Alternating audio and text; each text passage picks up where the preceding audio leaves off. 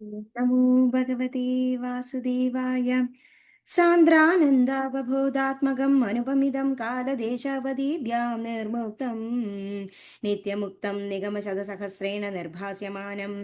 अस्पष्टं दृष्टमात्रे पुनः उरुपुरुषार्थात्मकं ब्रह्मतत्त्वं तत्तावद्भाति साक्षात् गुरुपवनपुरे हन्दभाग्यं जनानां नम्राणाम्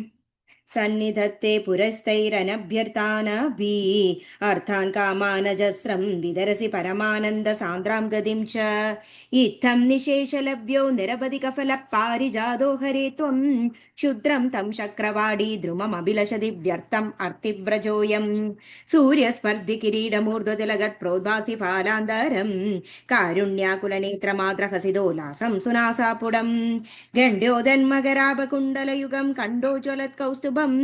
त्वद्रूपं वनमाल्यकारपटल श्रीवत्सदीप्रं भजे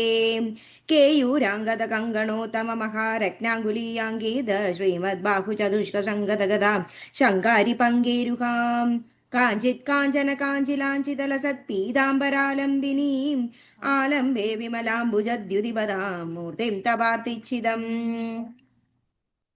पडन्तो नामानि प्रमदवरसिन्धौ निपतिताः स्मरन्तो रूपं ते वरद कथयन्तो गुणगदाः चरन्तो ये भक्ता त्वयि खलु रमन्ते परममुन् अहं धन्यान् मन्ये समधिगतः सर्वाभिलषितान् विधूय क्लेशान् मे कुरु चरणयुग्मं धृतरसं भवक्षेत्रप्राप्तौ करम् अपि च ते पूजनभिधौ भवन्मूर्त्यालोके नयनमददे पादतुलसि परिक्राणे क्राणं श्रवणमभि ते चारुचरिते श्रीहरे नमः गोपिका जीवनस्मरणं गोविन्द गोविन्द ദശകം 52 വത്സാപഹരണവും ബ്രഹ്മഗർവശമനവും अन्यावतारनिकरेष्वनिरीक्षितं ते भूमादिरेकम् अभिवीक्ष्य तदाखमोक्षे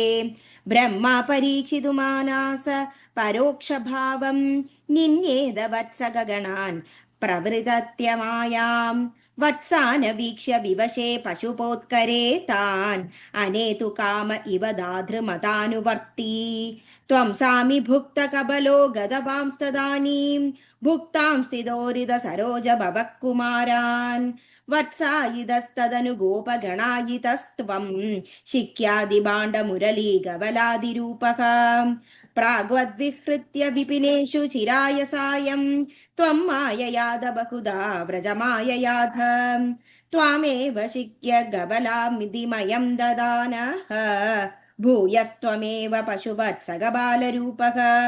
गोरूपिणी विरभि गोपवधूमयीभिः आसादिदोषि जननी विरधि प्रहर्षात् जीवं हि कञ्चित् अभिमानवशात् स्वकीयं मत्वा तनूज इति रागभरं वहन्त्यः आत्मानमेव तु भवन्तम् अवाप्य सूनुं प्रीतिं ययुर्न कियतीं वनिताश्च गावः